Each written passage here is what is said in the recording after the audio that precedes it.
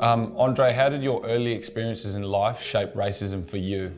Racism wasn't really a thing. I didn't really witness it early. But my mum and my mum in particular had very strong views about that's what white people do, or that's just the way white people are.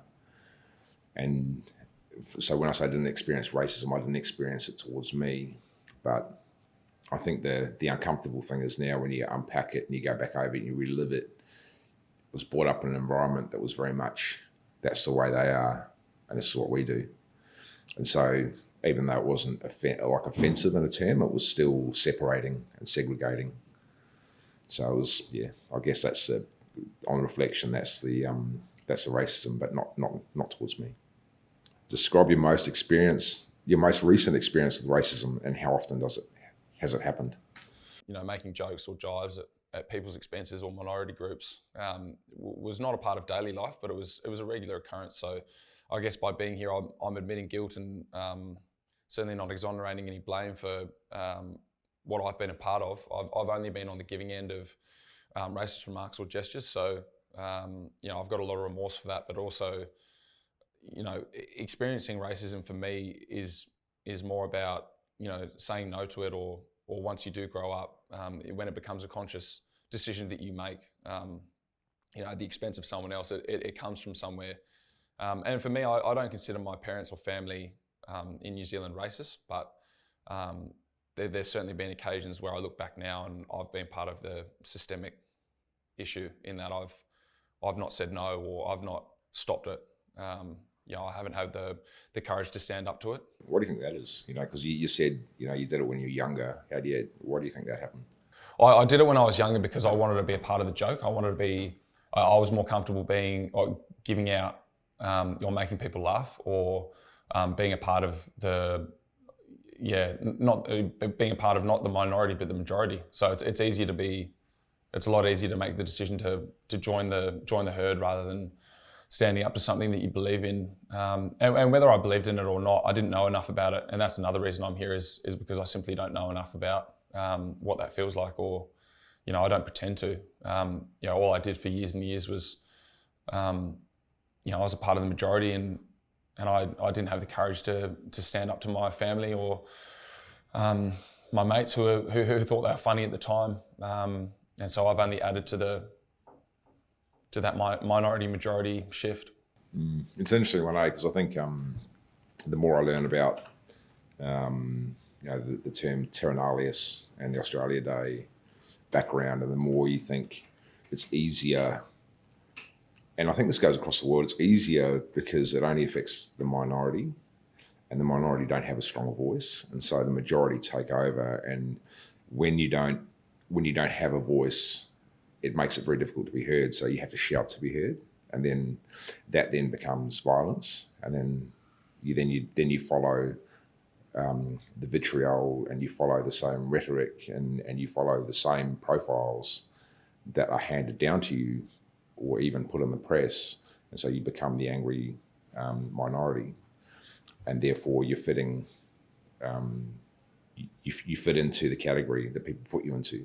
So then you try and get out of it. So you shout louder and it makes it worse. But it's I think for the majority of people, it's easier to not think about things, and it's easier to not question belief system because it's just too damaging. You go back because it's actually your parents and your family, and then you have to question all of this. Oh no, but they're good people, and they probably are. Yeah. But that doesn't mean that their belief system has to be questioned, or what the education they're handing down to other people, that has to be questioned as well. And in terms of education, like in New Zealand, did you sense that there was enough being done, growing up for people during their schooling? For you as a young man, you've only lived in Australia for a portion of your life. How has that looked in terms of, are Australians more aggressive in the way that they attack the issue, or you've experienced it more or less in New Zealand or Australia? Oh, interesting. So I grew up in the North Shore of Auckland, but I grew up in Glenfield. So we had a big Polynesian Māori base, and I didn't experience any racism there at all. And then I went to the far north to Kaikoui, and so we had Te Reo was taught in the schools, and we had Māori culture days, and it was all part of daily life. It was all normal. It wasn't until I went overseas to Belfast as a 19-year-old that I actually experienced it like it was weird. I was basically the only coloured guy in Belfast. And yeah, so there was comments and bits and pieces. But so then coming to Australia and having Australian friends and seeing just how strong the opinion is. Once someone has an opinion, that's it. And so, and it's also okay because there's many people with the same voice. And so it's very difficult to challenge an opinion if you're surrounded with nepotism, the same people that think the same way. So you're not going to change those people. You never are. It's about educating the next generation, or even the generation who are learning, and probably the generation who are willing to be open and willing to challenge their belief system, because it's so confronting. You know, I've used racist terms in the past, and they're acceptable because they were handed down by people who were senior and family and good people. So challenging that is difficult. But yeah, I've had to challenge my parents over the last couple of years on a number of occasions, and it's not comfortable. Yeah. What's the biggest lesson you've learnt about race? I think I'm definitely here because I need to learn more. I think I've listened and read a little bit in recent times. Obviously the Black Lives Matter movement over in the States, and knowing some multicultural people over in that country and the way that it's affected that country, it really triggered me to do something about the country that I live in, and to register whether I had and I think I am part of the problem, and admitting it is obviously the first step. I think that going forward, the one thing that I would do, having spoken to Jamal at One Love, was to educate myself as much as I can, as a white person that hasn't experienced it in a derogatory way. And going forward, what it looks like, in 5 years, he asked me, what lessons would you teach your children about racism? And I said, look, going forward in 5 years, if racism didn't exist, that'd be a fantastic goal. But what does that process look like? And I mean, in 5 years' time, I'd need to find a partner to have children as well, Jamal.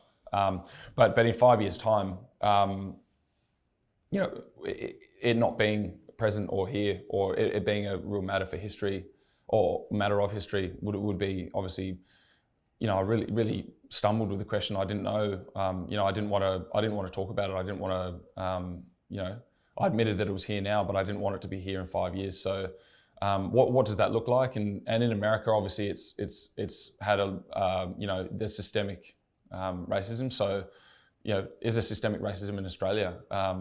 Do we have the right people making decisions, in government in Australia?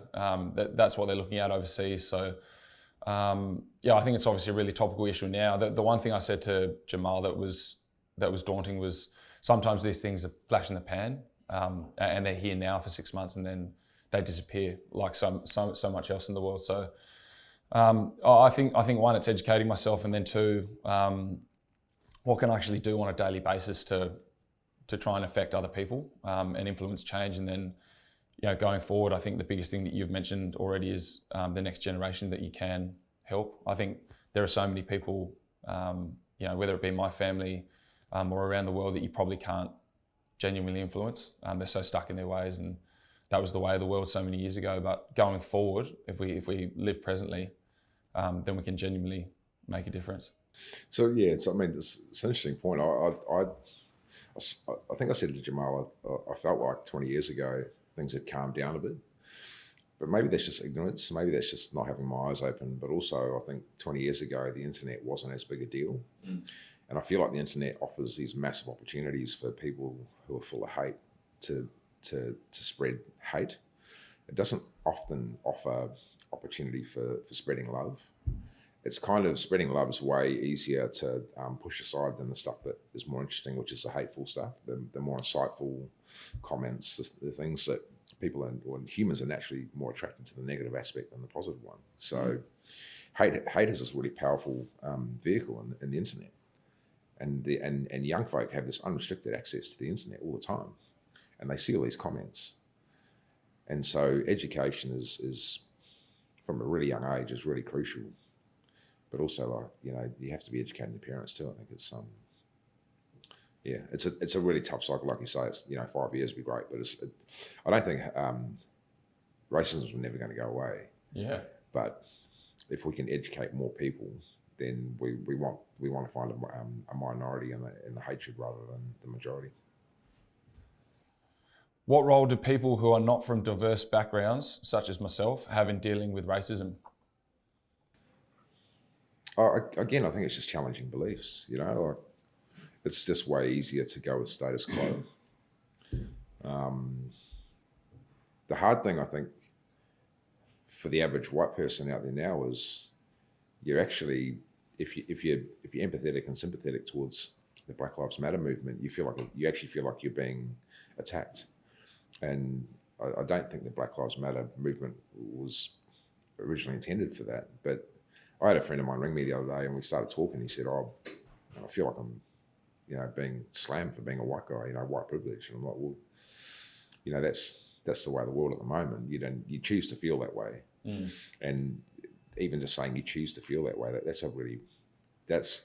an enlightening comment, in that we choose to be the way that we are. We choose to make the choices we make, and as adults, we are fully in control of what we're doing. So every person has an opportunity to challenge their belief system and ask for evidence as to whether something's real or not. And I think that's the role that everybody can play. You can challenge beliefs. You can find out facts. If you want to be a lemming, and that's fine. That's up to you. But if you get offended by something, you should probably find out the truth before you go down the road of getting offended by it. How can we create change around racism in Australia?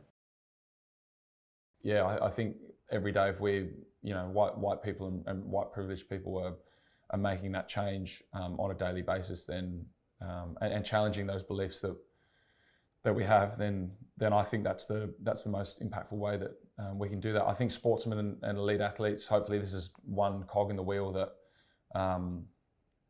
you know, an Australian culture that we can make change. I only know, you know, a handful of Indigenous Australians.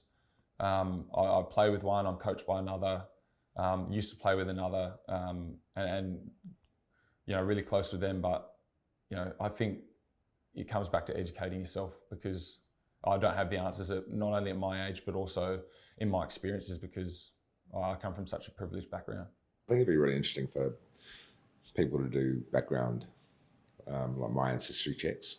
I got mine done last year, a couple of years ago, and it's really diverse. And so the idea that we are one thing is really crazy, and the idea behind race is really crazy as well. Like, we have ethnic origins, but not race. We're all one race. We're all human race. We're the same.